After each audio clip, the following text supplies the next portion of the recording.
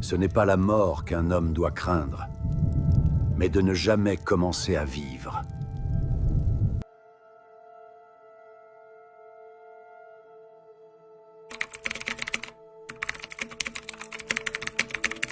Il y a des jours où tout pèse plus lourd que d'habitude, quand votre esprit s'embrouille et que votre cœur se sent fatigué. Dans ces moments où la tristesse s'installe et qu'il semble qu'il n'y ait pas de sortie, il existe quelque chose qui peut tout changer. Ce n'est pas une solution magique, mais elle est puissante. Ce sont les paroles de ceux qui ont affronté la douleur, la perte et le désespoir avec une force intérieure inébranlable. Les stoïciens ne niaient pas la souffrance, ils l'affrontaient avec courage. Pendant que d'autres se rendaient, eux résistaient. Pendant que le monde se brisait, ils trouvaient un sens au milieu du chaos. Non parce qu'ils étaient froids ou distants, mais parce qu'ils avaient appris à être forts de l'intérieur. Aujourd'hui, vous allez découvrir comment vous aussi pouvez y arriver à travers des citations qui non seulement inspirent, mais transforment. Si vous avez déjà senti que vous ne pouviez plus, ce message est pour vous.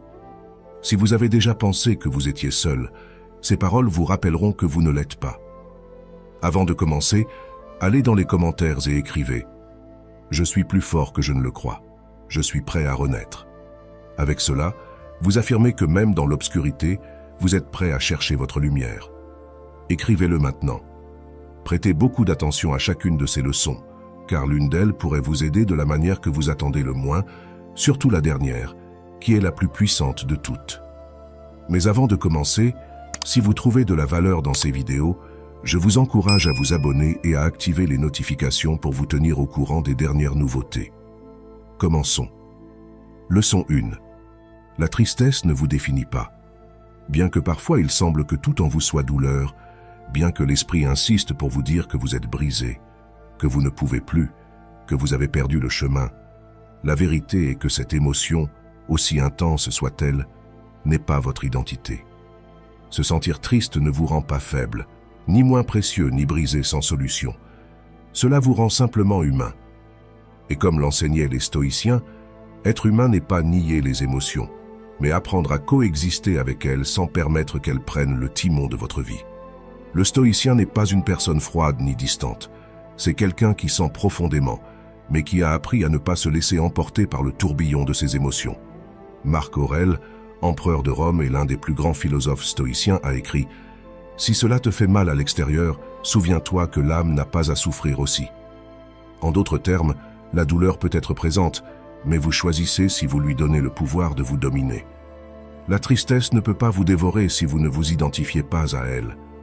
Quand vous êtes piégé dans la tristesse, l'esprit a tendance à vous dire que cet état est permanent, que cela sera pour toujours. Mais Marc Aurèle nous rappelait aussi que tout ce qui arrive est aussi naturel qu'une feuille qui tombe de l'arbre. C'est-à-dire que tout est transitoire. La joie vient et s'en va. La tristesse aussi. Rien ne reste. Même dans les jours les plus sombres, il y a une lumière silencieuse qui reste allumée en vous, attendant que vous cessiez de lutter contre ce que vous ressentez et que vous commenciez à le comprendre. Vous n'êtes pas ce que vous ressentez, vous êtes ce que vous faites avec ce que vous ressentez. C'est l'un des enseignements les plus libérateurs du stoïcisme. Vous ne pouvez pas éviter que certaines émotions apparaissent, mais vous pouvez décider de l'attitude à adopter face à elles. Vous pouvez vous enfoncer dans l'autocompassion, ou vous pouvez utiliser ce moment de vulnérabilité pour renforcer votre caractère. Vous pouvez rester piégé dans l'histoire de votre douleur, ou vous pouvez écrire une nouvelle page, une où vous n'êtes pas la victime de vos émotions, mais l'auteur de votre transformation.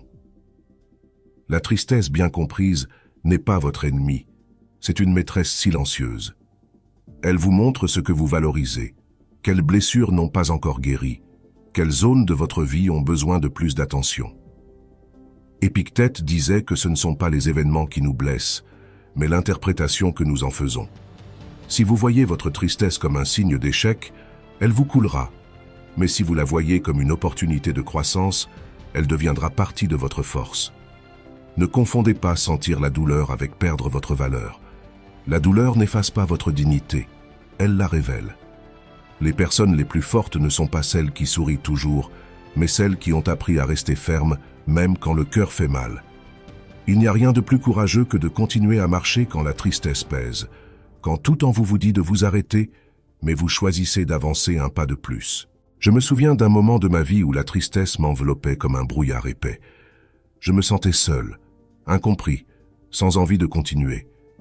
Tout semblait gris, mais au milieu de ce vide, j'ai décidé de faire quelque chose de simple.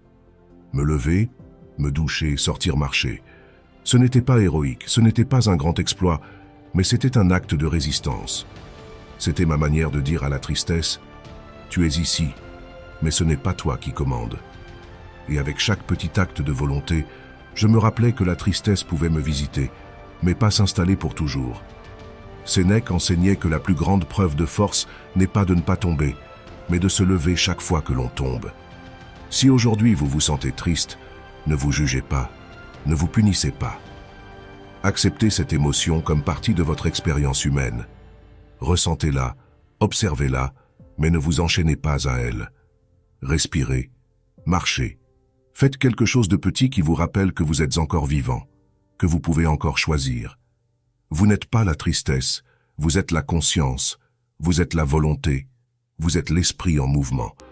Ce qui vous pèse aujourd'hui peut être demain votre témoignage de transformation.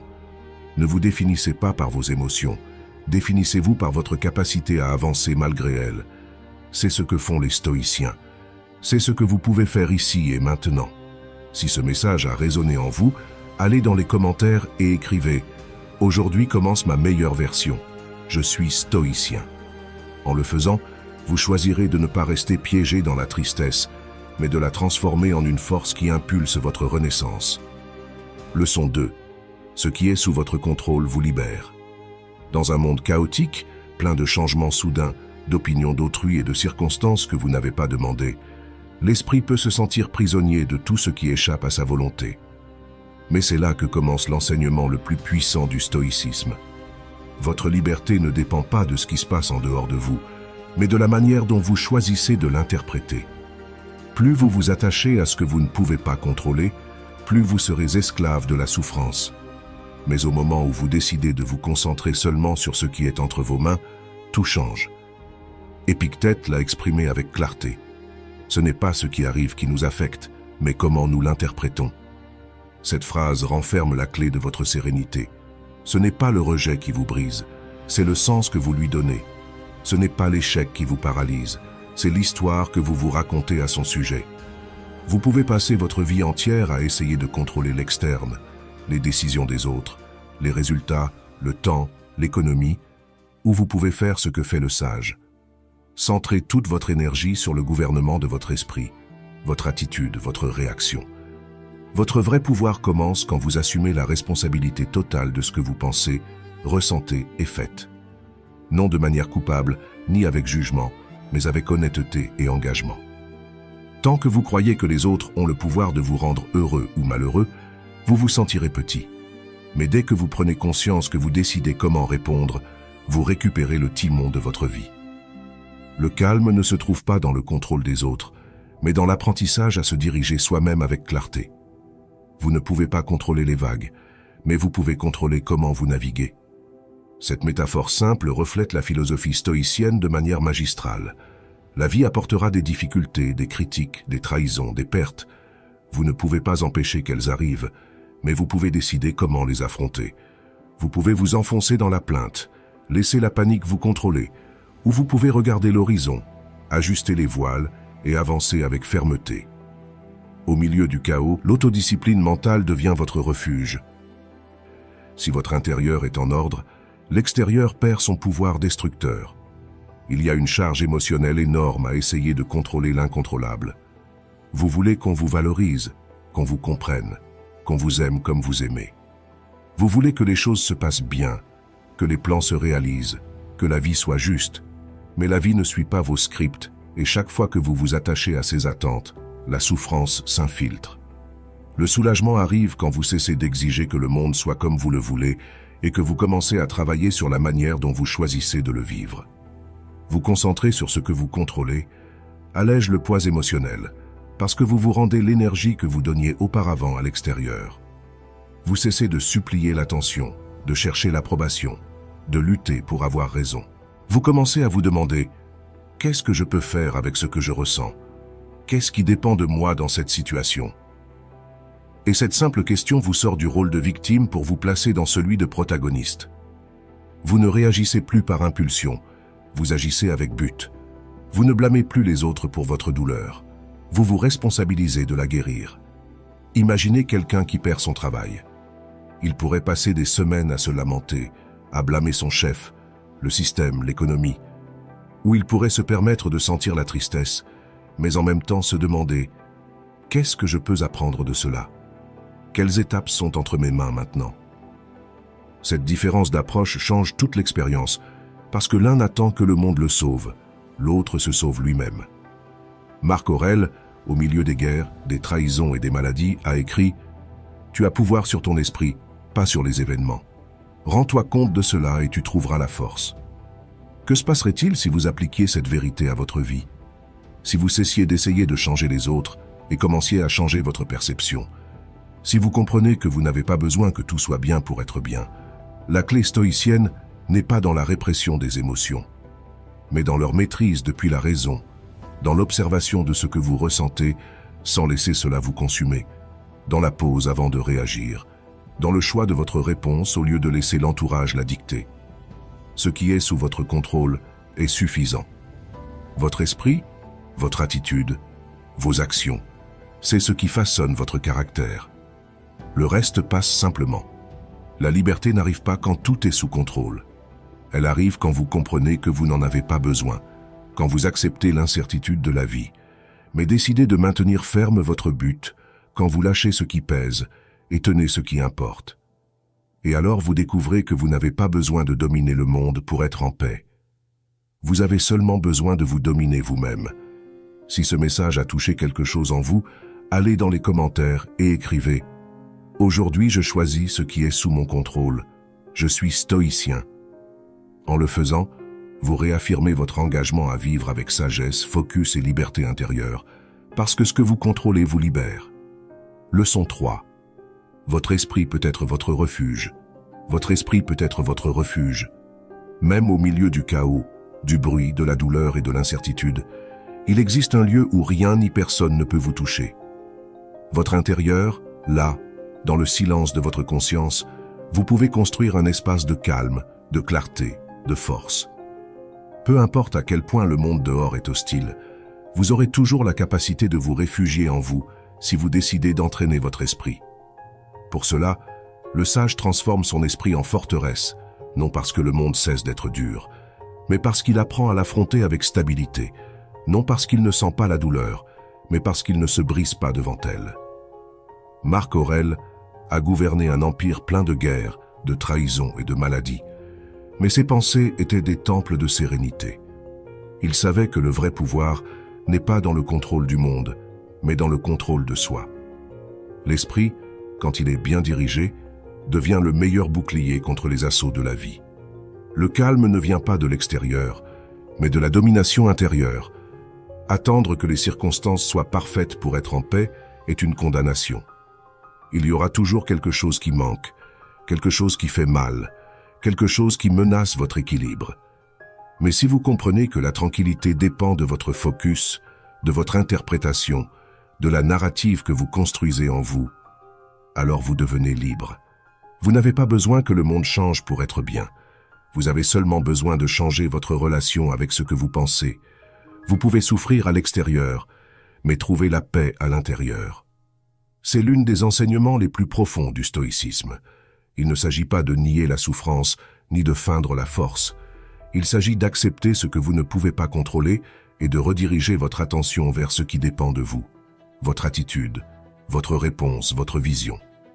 La pluie peut tomber sur tous, mais tous ne se mouillent pas de la même manière.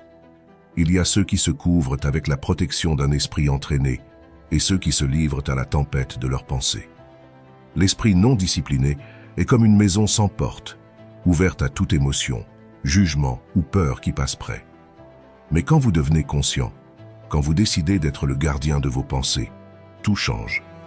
Dans les temps sombres, dans les moments difficiles, vous pouvez entrer dans cet espace interne que vous avez cultivé vous-même avec effort, avec pratique, avec sagesse. Et là, même si tout semble s'écrouler, vous pouvez trouver la clarté. Vous pouvez trouver un but, vous pouvez trouver la paix. Soyez le gardien de vos pensées dans les temps sombres, parce que si vous ne l'êtes pas, n'importe quelle pensée négative peut entrer et prendre le contrôle. La peur, l'anxiété, le désespoir, tous frapperont à votre porte, mais vous décidez qui laisser entrer. Vous pouvez les observer, les reconnaître, sans permettre qu'ils s'installent pour vivre avec vous. L'esprit est comme un jardin. Si vous ne plantez pas avec intention, les mauvaises herbes pousseront. Si vous ne surveillez pas avec attention, ce qui était refuge devient prison. Et vous n'êtes pas ici pour être prisonnier de vos pensées, mais pour en être le maître. Épictète enseignait que nous ne pouvons pas contrôler ce qui arrive, mais comment nous y répondons. Cette réponse naît de votre esprit. Si vous la laissez sans discipline, le chaos de dehors deviendra chaos interne. Mais si vous l'entraînez, si vous la nourrissez avec philosophie, avec clarté, avec but, alors même dans la tempête, vous pouvez maintenir le calme. Non parce que vous êtes indifférent, mais parce que vous avez choisi d'agir depuis la sagesse, non depuis la peur. Imaginez traverser une perte, une déception, une trahison. Tout en vous tend à se briser. Mais si votre esprit a été cultivé avec pensée ferme, vous saurez vous arrêter, respirer, observer. Vous n'éviterez pas la douleur, mais vous ne permettez pas que cette douleur détruise votre essence. Vous vous rappellerez qu'en vous il y a un lieu sûr, construit avec discipline et volonté, où le jugement serein et la compréhension profonde remplacent le chaos émotionnel. Ce refuge n'apparaît pas du jour au lendemain. Il se construit avec chaque livre que vous lisez, avec chaque pensée que vous questionnez, avec chaque impulsion que vous choisissez de ne pas suivre. C'est une œuvre quotidienne, mais une fois que vous l'avez, personne ne peut vous l'enlever. Et quand le monde devient incertain, ce sera votre plus grand trésor. Le sage ne cherche pas refuge dehors, il le porte en lui et vous aussi vous pouvez. Si vous sentez que ces paroles vous ont parlé directement, allez dans les commentaires et écrivez « Aujourd'hui, je fortifie mon esprit, mon refuge. Je suis stoïcien. » En le faisant, vous vous engagez à construire l'unique lieu où vous aurez toujours pouvoir, votre intérieur. Parce que quand votre esprit est votre refuge, aucune tempête ne peut vous détruire. Leçon 4. L'adversité forme le caractère. Ce n'est pas dans les jours faciles où se forge la vraie force, mais dans ces moments où tout semble contre, quand le chemin se remplit de pierres et que l'âme se sent épuisée. C'est là, précisément là, où vous avez l'opportunité de décider qui vous voulez être. Vous pouvez vous rendre ou vous lever, vous pouvez vous plaindre ou grandir. Vous pouvez regarder votre histoire comme une accumulation de blessures ou comme la matière première de votre temple. Le choix est à vous. Sénèque a écrit « Le feu éprouve l'or et l'or éprouve l'homme ». Cette phrase n'est pas seulement de la poésie ancienne, c'est une vérité intemporelle. L'or ne se purifie pas dans le confort. Il a besoin de passer par le feu, par la chaleur, par le processus qui le transforme. Et vous, comme ce métal précieux, avez besoin de traverser l'inconfort, la perte, la trahison ou l'échec, pour découvrir de quoi vous êtes vraiment fait. L'adversité ne vient pas pour vous détruire. Elle vient pour vous montrer votre capacité de résistance. Chaque moment difficile est une opportunité de grandir. Ce n'est pas une phrase motivationnelle vide, c'est une perspective qui peut changer votre vie. Parce que si vous voyez chaque défi comme une injustice, vous le vivrez avec rage et résignation. Mais si vous le comprenez comme une leçon nécessaire, comme une épreuve qui vous prépare à quelque chose de plus grand, alors vous commencez à avancer avec un autre niveau de conscience. Chaque fois que vous surmontez une difficulté, votre caractère se moule, votre esprit s'élargit, votre confiance se renforce, non parce que la douleur disparaît, mais parce que vous devenez plus grand qu'elle. Ne fuyez pas la douleur. Utilisez-la comme pierre pour votre temple intérieur. Ce qui vous fait mal aujourd'hui peut être demain le pilier de votre sagesse. Ce qui vous fait pleurer aujourd'hui peut être le pont qui vous conduit à une nouvelle version de vous-même. Il ne s'agit pas de chercher la souffrance, mais de comprendre que quand elle arrive, parce qu'elle arrivera inévitablement, vous pouvez l'utiliser, vous pouvez construire avec elle, vous pouvez la transformer. La douleur, quand elle est affrontée avec courage, se convertit en pouvoir.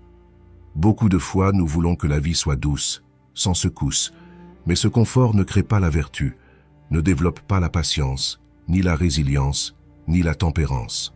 C'est dans les défis où s'activent vos capacités les plus profondes, où vous apprenez à être patient, à être constant, à faire confiance même quand vous ne voyez pas de résultats. C'est dans les moments durs où vous cessez de dépendre de l'externe pour trouver la sécurité. Parce que vous découvrez que tout ce dont vous avez besoin est en vous. Votre histoire peut avoir des fissures, mais aussi de la force. Elle peut être pleine de moments où vous pensiez que vous ne pouviez plus, d'erreurs, de larmes, de portes fermées. Mais tout cela fait aussi partie de votre grandeur. Les fissures n'annulent pas votre valeur. Elles la rendent réelle, humaine, puissante. Un bâtiment parfait mais vide ne touche personne. Mais une structure qui a résisté à des tremblements de terre, qui reste debout malgré les coups, inspire le respect. Ainsi est votre vie. Marc Aurèle disait que nous ne devons pas désirer que les choses arrivent comme nous le voulons, mais les vouloir telles qu'elles arrivent. Cette acceptation n'est pas résignation, c'est pouvoir, maturité, sagesse. Cela signifie qu'au lieu de lutter contre la réalité, vous décidez de l'utiliser. Vous vous adaptez, apprenez, vous renforcez. L'adversité n'est pas la fin de votre chemin, c'est une étape nécessaire. Et plus tôt vous l'acceptez, plus vite vous commencerez à en extraire la valeur. Pensez à quelqu'un que vous admirez profondément. Est-ce que son caractère s'est formé dans le confort? Ou était-ce au milieu des difficultés où cette personne est devenue plus compassionnelle, plus déterminée, plus sage? La grandeur ne se construit pas sans cicatrices. Chaque obstacle que vous avez affronté vous a préparé à résister, à comprendre, à diriger, à accompagner les autres. Ne minimisez pas ce que vous avez vécu. N'ignorez pas le chemin que vous avez parcouru. Parce qu'à chaque pas, même les plus douloureux, vous formiez le fondement de votre caractère. Le stoïcien ne rejette pas l'adversité, il l'honore, parce qu'il sait que là se trouve son entraînement. Il n'attend pas une vie sans défis. Il attend de devenir quelqu'un qui les affronte avec dignité. La vie ne consiste pas à éviter les coups, mais à se lever plus conscient après chacun. Votre histoire n'est pas faite pour vous briser, mais pour vous élever, et vous pouvez en être la preuve vivante. Si une partie de ce message a touché votre âme, allez dans les commentaires et écrivez « Aujourd'hui, j'embrasse l'adversité qui me forme. Je suis stoïcien. » En le faisant, vous réaffirmez que vous n'êtes pas une victime de votre histoire, mais l'artisan de votre caractère. Parce que quand vous comprenez que l'adversité vous forme, chaque difficulté devient un pas vers votre meilleure version. Leçon 5. Vous n'êtes pas seul. Tout le monde souffre. Bien que dans les moments difficiles, la solitude semble vous envelopper comme une ombre dense, bien que vous pensiez que personne d'autre ne pourrait comprendre ce que vous vivez. La vérité est que la douleur fait partie de l'être humain. Vous n'êtes pas le seul qui a pleuré en silence, qui a senti qu'il ne pouvait plus, qui s'est demandé si un jour tout cela aura un sens. La souffrance n'est pas un signe de faiblesse. C'est une expérience universelle, un pont invisible qui nous unit tous. Le stoïcisme enseigne la connexion humaine à travers la douleur. Marc Aurèle, empereur du monde le plus puissant de son époque, écrivait la nuit sur ses peurs, ses pertes, ses frustrations. Épictète, un esclave libéré, parlait de l'âme blessée qui cherche un sens. Sénèque, entouré de pouvoir et de richesse, écrivait sur la douleur comme école de l'esprit. Tous ont compris que souffrir n'est pas une anomalie. C'est partie de la condition humaine, et plus encore, c'est l'opportunité que nous avons pour grandir, pour connecter, pour réveiller une force plus profonde. Souffrir fait partie de l'être humain, pas une faute. Il n'y a pas de honte à se sentir brisé à l'intérieur. Il n'y a pas de culpabilité à avoir des jours où le poids est trop lourd. Vous n'avez pas besoin de cacher votre douleur, ni de la comparer à celle des autres pour la justifier. La souffrance n'a pas besoin d'être méritée pour être réelle. Elle existe parce que vous êtes vivant, parce que vous aimez, parce que cela vous importe, parce que vous êtes sensible, et cela ne vous rend pas faible, cela vous rend humain. Nous vivons dans une culture qui vénère l'image de perfection, où tout le monde montre sa meilleure version, où les larmes sont séchées avant d'être vues. Mais derrière chaque sourire qui semble intact, il y a une histoire de perte, d'insécurité, de moments de désespoir. D'autres ont aussi senti ce que vous sentez et s'en sont sortis. C'est la clé. Non parce qu'ils étaient plus forts, mais parce qu'ils ont décidé de continuer à marcher, parce qu'ils ont compris que la douleur n'était pas la fin, mais partie du processus. Partager votre lutte est aussi un acte de force. Dire « cela me fait mal » n'est pas se rendre, c'est accepter la vérité. C'est honorer ce que vous portez en vous. C'est vous permettre de guérir. Et quand vous le faites, non seulement vous vous libérez, mais vous donnez permission aux autres d'être réels. Montrer votre vulnérabilité peut être ce dont une autre personne a besoin pour se sentir comprise, pour savoir qu'elle n'est pas seule, pour trouver l'espoir au milieu de sa propre obscurité. Le stoïcisme ne consiste pas à réprimer les émotions. Il consiste à les observer avec sagesse, à les traverser avec conscience, à ne pas laisser qu'elles vous détruisent, mais non plus à les nier. Épictète disait que ce qui nous perturbe n'est pas ce que nous sentons, mais le jugement que nous faisons sur ce que nous sentons. Si vous croyez que souffrir vous rend moins, vous vivrez votre douleur avec culpabilité. Mais si vous comprenez que c'est partie de votre humanité, vous commencerez à vous traiter avec plus de compassion. Quand vous vous sentez au bord, rappelez-vous que des millions de personnes avant vous ont été là, que beaucoup ont pensé qu'ils ne pouvaient plus. Mais un jour de plus a suffi, que les nuits les plus sombres précèdent les aurores les plus sincères. Il ne s'agit pas de minimiser votre souffrance, mais de vous aider à vous rappeler que vous n'êtes pas une exception, que vous marchez sur un sentier par lequel tous à un moment nous sommes passés. Marc Aurèle écrivait pour lui-même « Si c'est insupportable, alors cela ne durera pas. Si c'est supportable, alors supportez-le. » Il y a quelque chose de profondément libérateur à reconnaître que la douleur a un cycle, que ce qui vous consume aujourd'hui peut avec le temps devenir partie de votre histoire de surmontement. Vous n'êtes pas seul, et vous ne l'avez jamais été. Il y a des personnes qui comprennent ce que vous vivez, même si elles ne le disent pas. Il y a d'autres qui un jour ont aussi pensé à se rendre, mais ne l'ont pas fait. Vous aussi pouvez être cet exemple pour quelqu'un d'autre. Il n'est pas nécessaire d'être parfait. Il suffit de continuer, respirer, vivre un jour de plus avec dignité, un pas de plus avec intention, une larme de moins avec culpabilité et plus avec acceptation. Vous n'êtes pas brisé, vous êtes en processus, vous êtes en chemin. Et sur ce chemin, il y a d'autres qui vous accompagnent, même si vous ne les voyez pas. Si une phrase de ce message a touché votre âme, allez dans les commentaires et écrivez « Aujourd'hui, j'accepte ma douleur avec courage. Je suis stoïcien. » En le faisant, vous reconnaîtrez que vous ne marchez pas seul et que votre souffrance peut aussi être le commencement de votre transformation, parce que la douleur partagée s'allège et le courage de continuer vous rend plus fort que vous ne l'imaginez. Leçon 6. Le présent est votre ancre. Au milieu des tempêtes mentales, des souvenirs qui font mal et des futurs qui inquiètent, il existe un lieu où tout est plus léger, plus clair, plus réel. Le maintenant, cet instant. Pas celui qui fut ni celui qui sera, mais celui-ci, où vous respirez, où vous pensez, où vous décidez. Le présent est le seul point d'appui sur lequel vous pouvez construire quelque chose avec sens. Tout le reste est fumée. Tout le reste, bien qu'il semble urgent, est seulement un mirage qui vole votre attention. L'esprit qui divague dans le passé ou le futur se noie, se perd dans ce qu'il ne peut changer ou dans ce qui n'existe pas encore. Il se remplit de « et si », de « pourquoi », de « si seulement » et peut-être rappelle avec douleur ou anticipe avec peur, mais très peu de fois il s'arrête pour observer ce qu'il a vraiment, ce qu'il peut faire, ce qui est en train d'arriver. Et c'est là que réside la clé de l'équilibre stoïcien. Apprendre à vivre ancré dans la seule chose que vous possédez vraiment, qui est l'instant présent. Être présent réduit la charge émotionnelle, non parce qu'il élimine le problème, mais parce qu'il réduit le bruit. Quand vous êtes vraiment ici, pas dans hier ni dans demain, la douleur perd de l'intensité. L'esprit se concentre, les émotions s'ordonnent, les décisions deviennent plus claires. Vous ne répétez plus des conversations du passé, ni ne répétez des tragédies qui n'ont pas encore eu lieu. Vous êtes simplement en train de respirer, vivant cette seconde avec attention.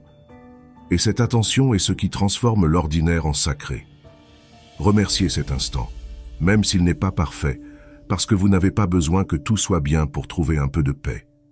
Vous n'avez pas besoin que tout s'emboîte pour trouver quelque chose pour lequel donner grâce. Peut-être êtes-vous en train de passer par un moment difficile, incertain, confus. Même ainsi, vous pouvez vous arrêter un moment, regarder autour de vous et trouver quelque chose, quoi que ce soit qui mérite votre gratitude. Le corps qui vous soutient encore, l'air qui entre et sort de vos poumons, l'opportunité d'essayer une fois de plus. Parfois cela suffit. Le maintenant est suffisant pour commencer de nouveau. Vous n'avez pas à attendre lundi, le mois prochain, la nouvelle année. Vous n'avez pas besoin de tout avoir résolu. Vous avez seulement besoin de vous arrêter, prendre conscience de où vous êtes et faire le premier pas. Le passé n'a plus de pouvoir sur vous, sauf celui que vous lui donnez. Et le futur n'est pas écrit, peu importe combien vous essayez de le prédire. La seule chose réelle, la seule où vous avez vrai pouvoir, est ce moment. Ici, maintenant, avec ce que vous êtes, avec ce que vous avez. Marc Aurèle écrivait que la vie de l'homme se compose de présent. Le reste est passé ou incertain. Cette sagesse est toujours aussi valide aujourd'hui qu'il y a 2000 ans. Peu importe combien de fois vous vous êtes trompé, ni combien de peur vous donne ce qui vient, vous pouvez toujours retourner à l'heure. Vous pouvez toujours respirer, regarder avec de nouveaux yeux et choisir de nouveau, non par impulsion mais par clarté, non par peur, mais par but. Épictète enseignait que nous devons nous occuper seulement de ce qui est sous notre contrôle. Et ce qui est sous votre contrôle en ce moment, est ce que vous décidez de faire avec cet instant. Vous pouvez vous laisser emporter par des pensées automatiques ou vous pouvez vous arrêter et les observer.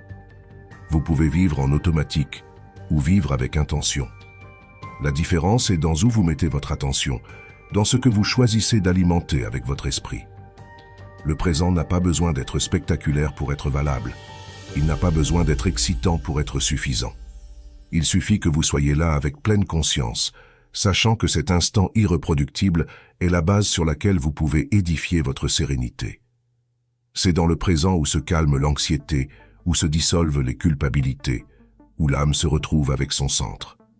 Rappelez-vous que chaque fois que vous retournez à l'heure, vous vous sauvez un peu, vous vous libérez du poids inutile du passé, vous vous éloignez de la peur inutile du futur et vous vous trouvez avec vous-même, avec votre force, avec votre clarté. Être présent n'est pas une technique, c'est une façon de vivre, une décision consciente de ne pas laisser votre esprit vivre en lieu où votre corps n'est pas.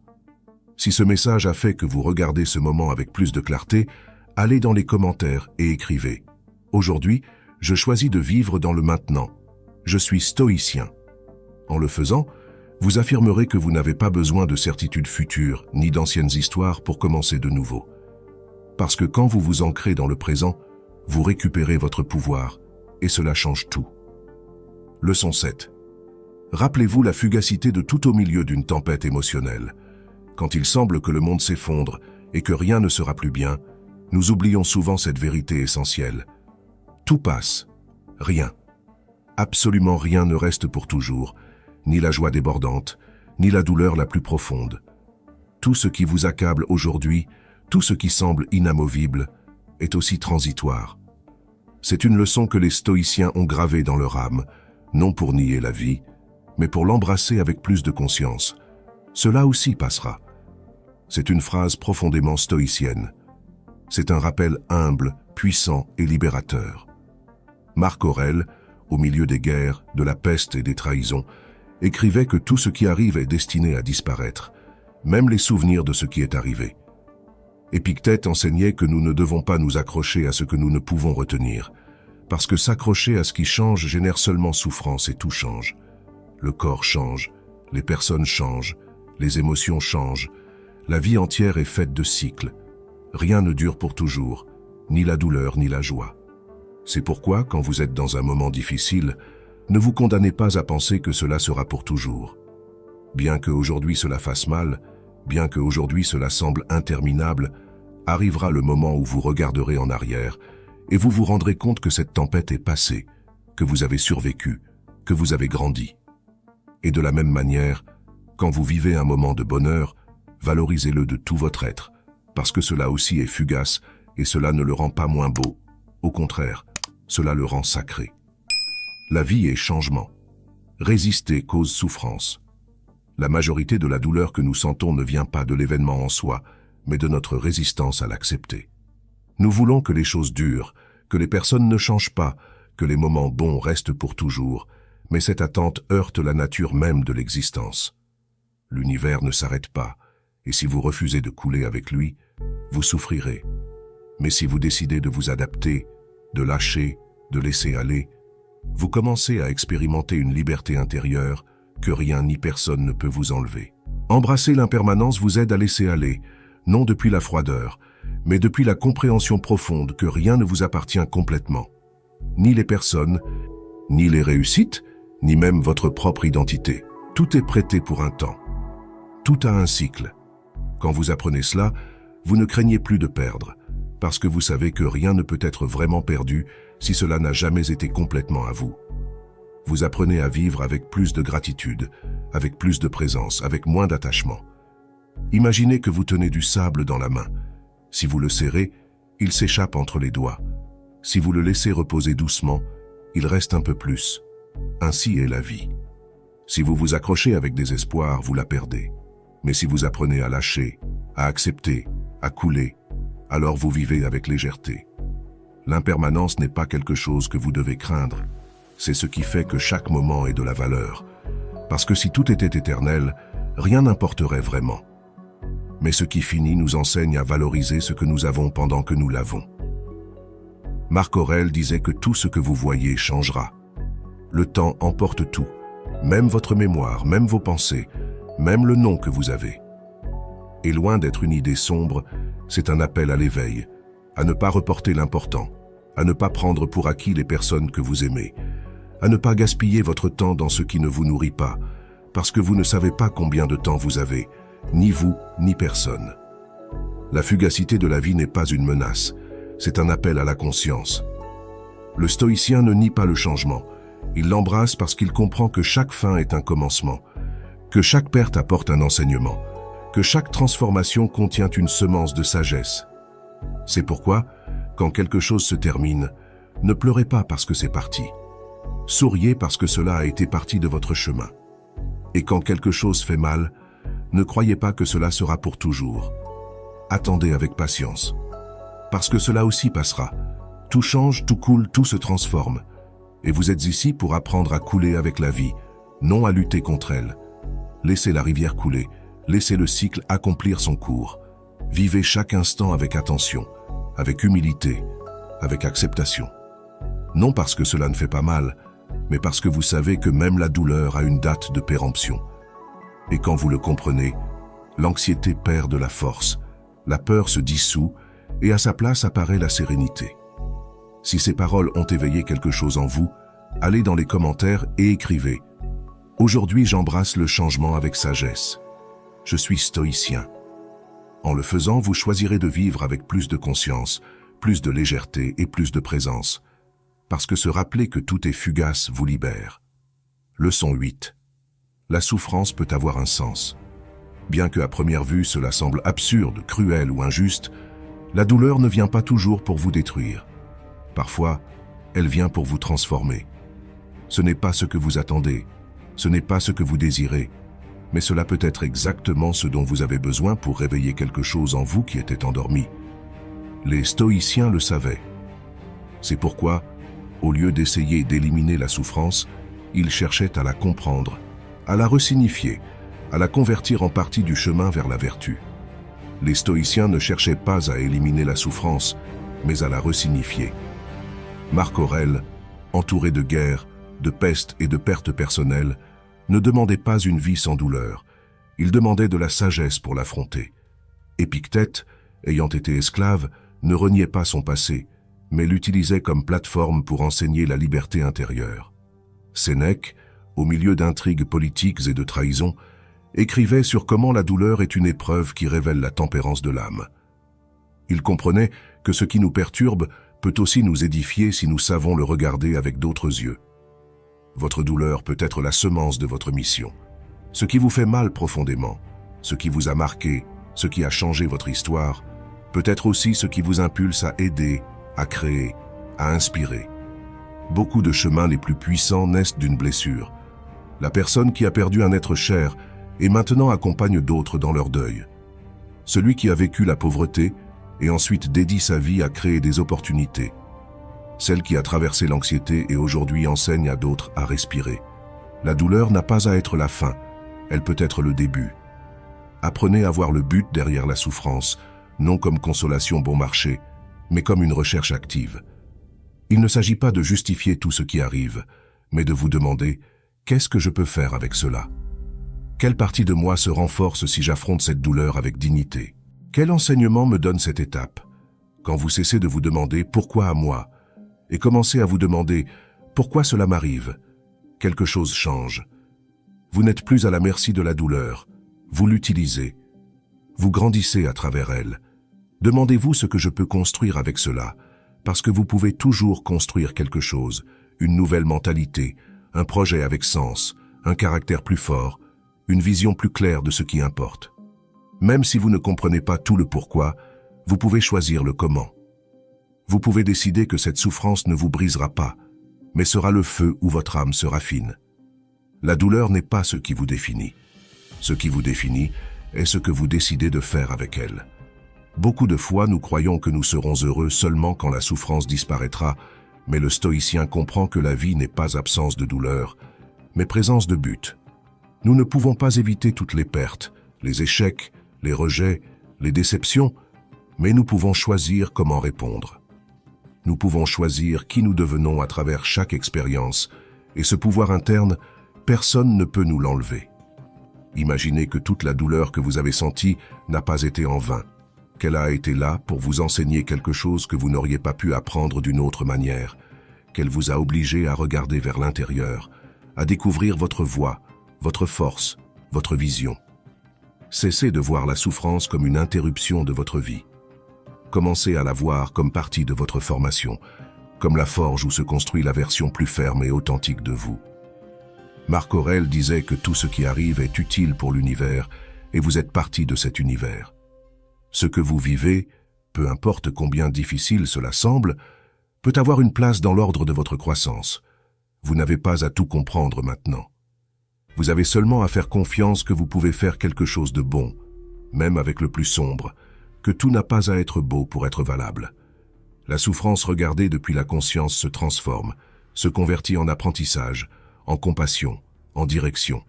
Et si vous arrivez à intégrer cela, alors chaque blessure devient une ligne de plus dans votre histoire de surmontement. Chaque chute, un échelon, chaque larme, une semence de sagesse, parce que le sens ne se trouve pas toujours dans éviter la douleur, mais dans découvrir ce que vous pouvez faire avec elle. Si ces paroles ont touché une partie profonde de votre histoire, allez dans les commentaires et écrivez « Aujourd'hui, je décide de construire quelque chose avec ma douleur. Je suis stoïcien. » En le faisant, vous affirmerez que vous n'êtes pas victime de ce qui vous arrive, mais créateur de ce que vous faites avec cela. Parce que quand la souffrance a un sens, elle cesse d'être seulement une blessure et se convertit en pouvoir. Leçon 9. La maîtrise de soi est un acte d'amour. Bien que beaucoup la confondent avec froideur ou répression, en réalité c'est l'une des formes les plus profondes de soins personnels. Vous dominer ne signifie pas éteindre vos émotions, ni feindre que vous ne sentez pas. Cela signifie apprendre à vous gouverner avec sagesse, à répondre au lieu de réagir, à agir depuis la conscience au lieu de l'impulsion. C'est choisir une et une autre fois ce qui vous fait grandir, même si ce n'est pas le plus facile. C'est vous traiter avec respect, avec fermeté, avec dignité, parce que personne ne peut vous donner cela si vous ne vous le donnez pas.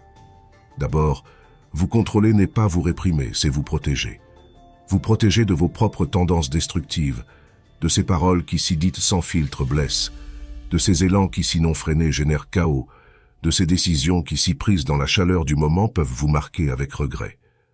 La maîtrise de soi n'est pas une chaîne, c'est un mur qui sépare ce que vous sentez de ce que vous décidez, un mur qui ne vous isole pas, mais vous défend de vous-même quand vous êtes le plus vulnérable. Choisir votre réponse est plus puissant que n'importe quelle impulsion, parce que l'impulsion est automatique, prévisible, conditionnée. Mais le choix est un acte conscient, libre, mature. Celui qui répond avec impulsion démontre qu'il est à la merci de ses émotions. Celui qui répond avec maîtrise de soi démontre qu'il a un but, que ce n'est pas sa rage qui parle, ni sa peur, ni son orgueil, mais son caractère. Et dans cet instant, quand vous choisissez avec intention, vous devenez quelqu'un qui mène sa vie au lieu d'être traîné par elle. Chaque fois que vous choisissez la vertu, vous grandissez. Cela peut sembler insignifiant de respirer avant de répondre, de ne pas céder à l'impulsion de crier, de décider de pardonner au lieu de se venger. Mais chacun de ces actes est une brique de plus dans la construction de votre meilleure version. La vertu ne s'impose pas de l'extérieur, elle se cultive de l'intérieur, elle s'entraîne, se décide.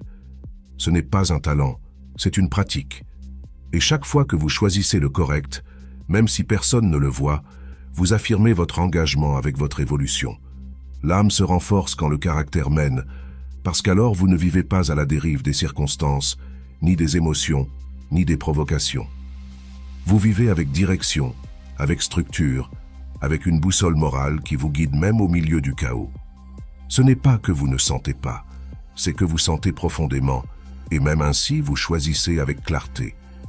Ce n'est pas que cela ne vous affecte pas, c'est que vous décidez comment répondre. Cela ne vous rend pas moins humain, cela vous rend plus libre. Marc Aurèle, l'un des empereurs les plus puissants de l'histoire, a écrit que la plus grande victoire est de se conquérir soi-même. Il avait des armées, de la richesse, de l'autorité, mais il comprenait que le vrai pouvoir n'était pas d'en dominer les autres, mais d'en se dominer soi-même. Parce que quand vous êtes maître de vous, personne d'autre ne peut vous contrôler. Quand vous choisissez votre conduite, aucune insulte, critique ou circonstance ne peut vous sortir de votre centre. Et cela est pouvoir, le plus pur, le plus silencieux, le plus transformateur. Épictète enseignait que nous ne sommes pas responsables de ce que nous sentons, mais oui de ce que nous faisons avec ce que nous sentons. Vous pouvez sentir colère, peur, désir, tristesse, et même ainsi vous pouvez choisir la tempérance, le courage, la sagesse, la paix. Cela est maîtrise de soi, cela est amour-propre. Ne pas céder à ce qui est le plus facile, mais choisir ce qui vous construit. Ne pas se rendre à la première impulsion, mais attendre avec patience et décider avec vertu. La maîtrise de soi ne vous isole pas, elle vous connecte, parce que quand vous êtes en paix avec vous, vous pouvez vous relater mieux avec les autres. Vous ne réagissez plus avec agression, vous ne vous défendez plus pour tout, vous n'imposez ni ne vous soumettez, vous êtes simplement. Vous agissez avec fermeté et compassion, avec limite et avec compréhension, avec ordre intérieur et avec ouverture. Et cela non seulement vous transforme, cela transforme vos relations, votre entourage, votre vie entière. Vous n'avez pas besoin d'être parfait, seulement constant. Vous n'avez pas besoin de contrôler tout, seulement commencer par vous. Chaque jour est une nouvelle opportunité pour pratiquer la maîtrise de soi, pour parler avec plus d'intention, pour agir avec plus de calme, pour décider avec plus de sagesse, non comme une imposition, mais comme un acte d'amour envers vous-même. Parce que vous méritez une vie menée par votre meilleure version, non par vos impulsions. Si ces paroles vous ont rappelé qui vous pouvez arriver à être, allez dans les commentaires et écrivez « Aujourd'hui, je pratique la maîtrise de soi comme forme d'amour. Je suis stoïcien. » En le faisant, vous affirmerez que votre force n'est pas d'en contrôler le monde, mais d'en vous gouverner vous-même avec conscience, vertu et respect profond. Leçon 10. La philosophie guérit l'âme, non avec des promesses vides ni avec des phrases jolies, mais avec clarté, avec direction, avec sens, dans un monde qui change constamment, où tout semble se déplacer à un rythme frénétique. Avoir une base ferme où se soutenir est essentiel, et cette base ne se trouve pas dans l'externe, mais dans la profondeur d'un esprit entraîné. La philosophie, quand elle est vécue et non seulement étudiée, se convertit en médecine pour les blessures invisibles, pour les doutes, les peurs, les pertes, les vides que parfois nous ne savons pas comment nommer. La sagesse est le meilleur baume pour l'âme blessée. Elle ne calme pas immédiatement, mais donne perspective. Elle n'efface pas la douleur, mais lui donne un but. Elle nous aide à regarder la souffrance non comme punition, mais comme maître. Elle nous invite à réfléchir, à comprendre, à grandir. Le sage n'est pas celui qui ne souffre pas, mais celui qui apprend à souffrir mieux. Qui, au milieu de la tempête, se rappelle ses principes? Qui se demande « Qu'est-ce que je peux apprendre de cela ?» Comment puis-je répondre de manière vertueuse?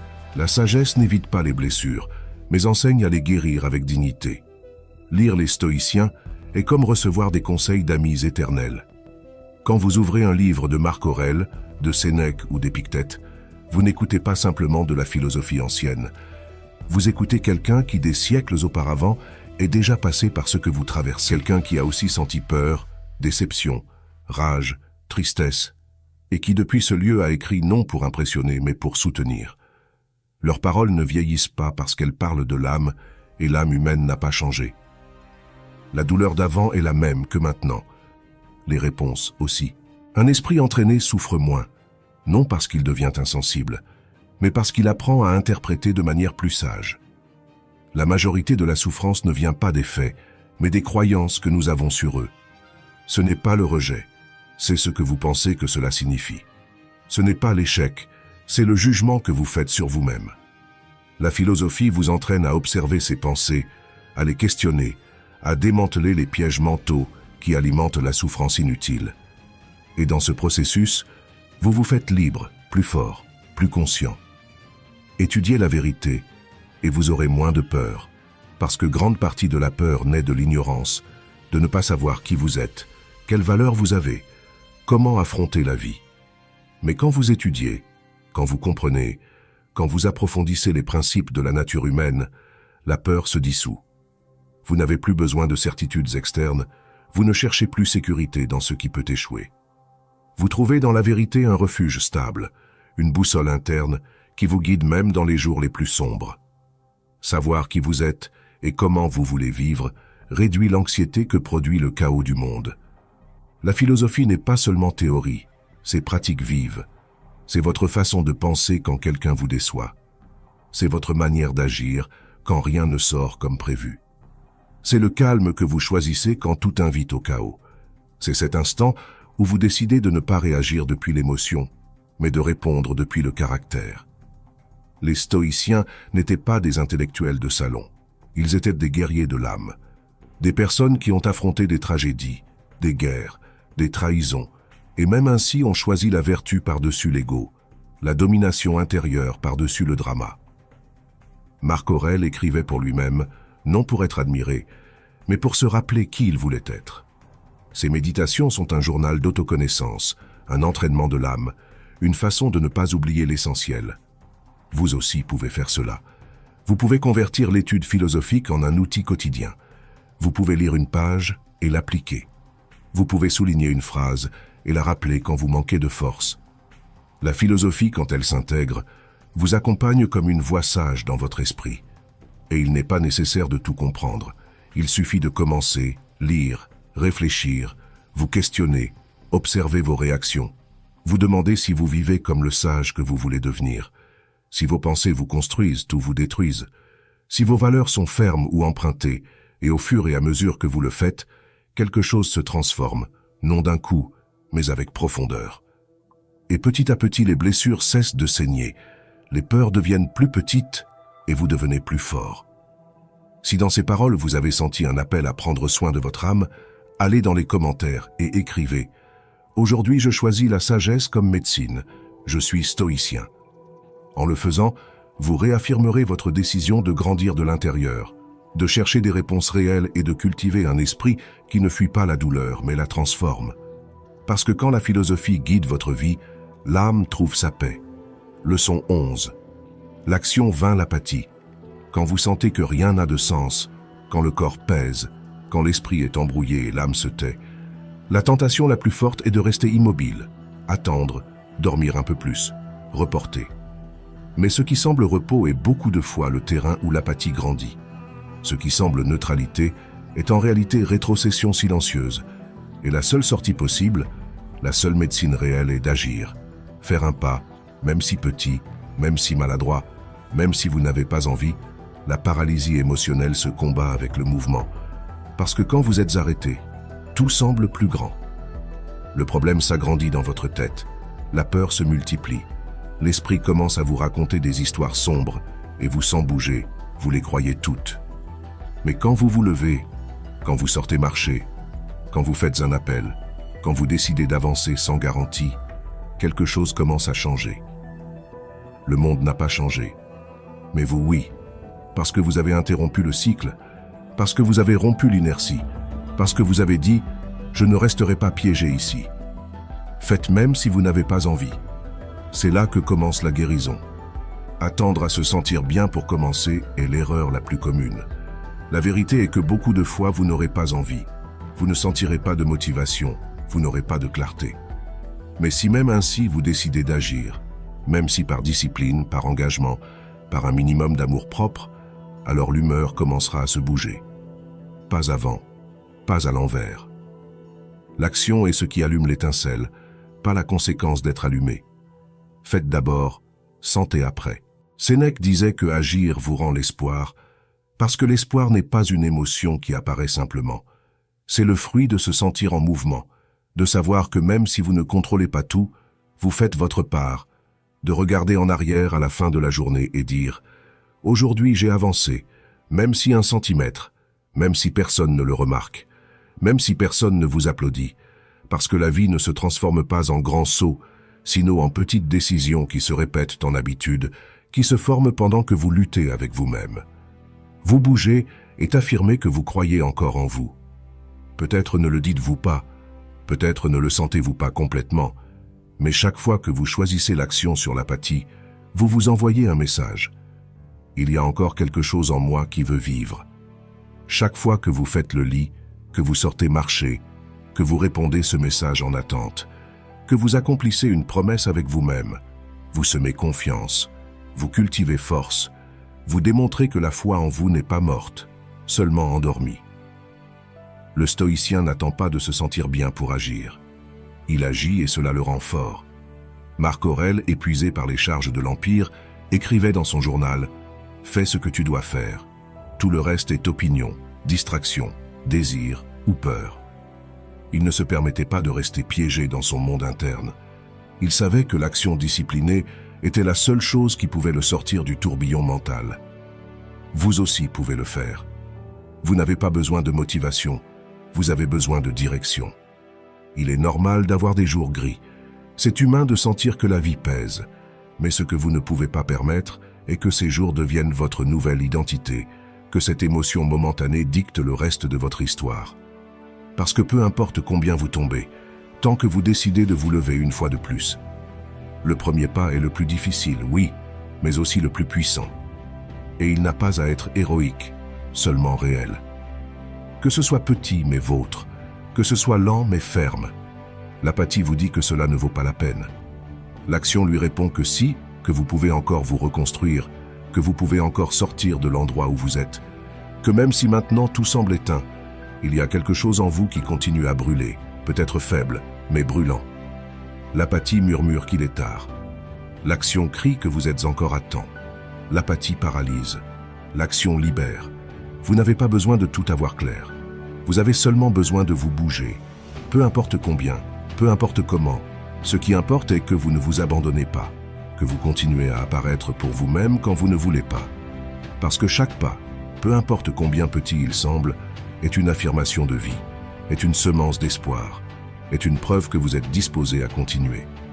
Si ces paroles ont allumé une étincelle au milieu de votre obscurité, allez dans les commentaires et écrivez « Aujourd'hui je choisis l'action sur l'apathie, je suis stoïcien ». En le faisant, vous déclarerez que votre volonté est plus forte que votre découragement et que votre chemin ne termine pas ici, mais commence avec le prochain pas. Leçon 12. Vous êtes plus fort que vous ne le croyez. Vous êtes plus fort que vous ne le croyez. Bien qu'aujourd'hui vous vous sentiez fatigué, perdu ou même brisé, en vous il y a une force silencieuse qui vous a soutenu dans chaque chute. Peut-être ne la reconnaissez-vous pas toujours. Peut-être parfois vous sentez qu'elle n'est pas là. Mais elle a été là dans chaque nuit où vous ne vous êtes pas rendu, dans chaque matin où vous avez de nouveau essayé, dans chaque fois que vous vous êtes levé, même si le cœur n'avait pas envie. Vous n'avez pas besoin de crier pour démontrer votre force. Vous avez seulement besoin de vous rappeler de quoi vous êtes fait. Vous avez surmonté plus que vous ne vous en souvenez parce que l'esprit oublie ce qu'il a vaincu quand il est piégé dans ce qui fait encore mal.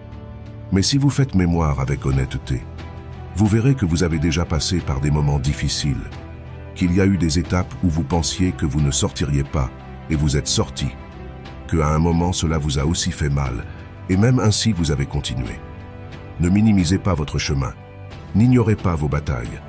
La preuve que vous êtes fort est dans votre histoire et dans votre capacité de continuer à vivre. Même quand la vie n'a pas été facile, la force ne crie pas toujours.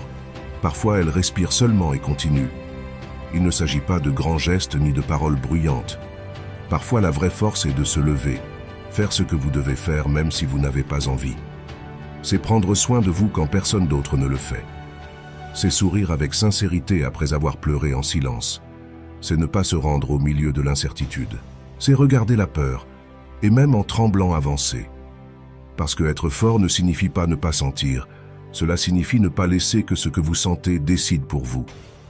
En vous vit une résilience endormie, une capacité d'adaptation, de surmontement, de renaissance que peut-être vous n'avez pas explorée complètement, non parce qu'elle n'est pas là, mais parce que vous ne vous êtes pas permis de la découvrir. Mais dans chaque défi, cette résilience s'active, se réveille, se renforce. Parfois, vous avez besoin de toucher le fond pour découvrir combien haut vous pouvez remonter. Parfois, la douleur est le détonant de votre éveil, non comme punition, mais comme appel, comme rappel que vous êtes beaucoup plus que votre circonstance. N'attendez pas à vous sentir bien pour être fort. Soyez fort pour vous sentir bien de nouveau. C'est l'un des enseignements les plus puissants que vous pouvez intégrer. Parce que si vous attendez toujours d'avoir de l'humeur pour agir, d'avoir de la clarté pour avancer, de vous sentir mieux pour vous lever, vous serez éternellement piégé dans l'attente. Mais si vous décidez d'être fort d'abord, malgré la peur, la fatigue, le vide, quelque chose commence à changer. Votre esprit commence à s'aligner avec votre décision. Votre corps répond, votre esprit s'élève, non par magie, mais par détermination. Le stoïcisme ne nie pas la douleur, il la traverse avec tempérance. Marc Aurèle n'a pas vécu une vie confortable, mais a écrit avec une sérénité admirable. Épictète a vécu comme esclave, et même ainsi a enseigné sur la liberté intérieure. Sénèque a été trahi, et même ainsi a écrit sur la paix de l'âme. Ils ont compris que la vraie force n'est pas dans ce qui arrive, mais dans comment vous choisissez de le vivre. Que la force n'est pas quelque chose d'externe, mais une décision interne qui se renouvelle chaque jour. Vous n'êtes pas faible pour vous sentir abattu, vous êtes humain. Mais dans cette humanité, il y a un pouvoir immense que vous pouvez activer quand vous en avez le plus besoin. Parfois ce sera un pas, parfois ce sera une respiration profonde, parfois ce sera seulement ne pas se rendre aujourd'hui. Cela est déjà force. Ne vous comparez pas aux autres. Ne vous mesurez pas avec des standards étrangers. Votre chemin est unique. Votre bataille est vôtre. Et chaque fois que vous choisissez de continuer, vous vous convertissez en quelqu'un de plus sage, plus résistant, plus capable. Ne sous-estimez pas la capacité que vous avez pour recommencer, pour vous reconstruire, pour guérir de l'intérieur. Peut-être ne voyez-vous pas de résultats immédiats, mais chaque acte de courage, peu importe combien petit, laisse une trace. Vous entraînez votre âme, vous moulez votre caractère, vous vous rappelez que même quand tout semble s'écrouler, vous pouvez rester debout. Si ces paroles ont touché une partie endormie de votre force, allez dans les commentaires et écrivez « Aujourd'hui, je choisis d'être plus fort que ma tristesse. Je suis stoïcien. » En le faisant, vous déclarerez que vous n'êtes pas vos émotions du moment, mais votre capacité à les transcender. Parce que quand vous osez croire en votre force, le monde cesse de sembler si lourd et vous reprenez le contrôle.